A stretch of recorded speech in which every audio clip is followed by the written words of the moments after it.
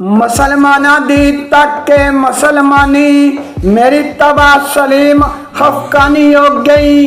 मैं हैरान बोता इस गल उत्ते क्योंकि सोच इंसानी ऐवानी हो गई।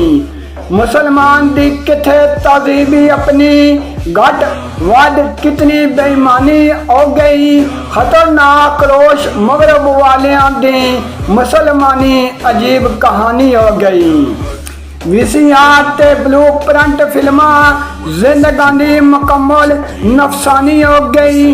हाल कदी मसीदा भी जा तको बैर पक्की ते विचों वीरानी हो गई। हाल हाल कोई पदा नमाज दिल दी ए हालत वेख तबाह पानी पानी हो गई। गिन गिन मैं केड़ी बुराई दसा गलत तांदी नहीं पूरी तानी हो गई।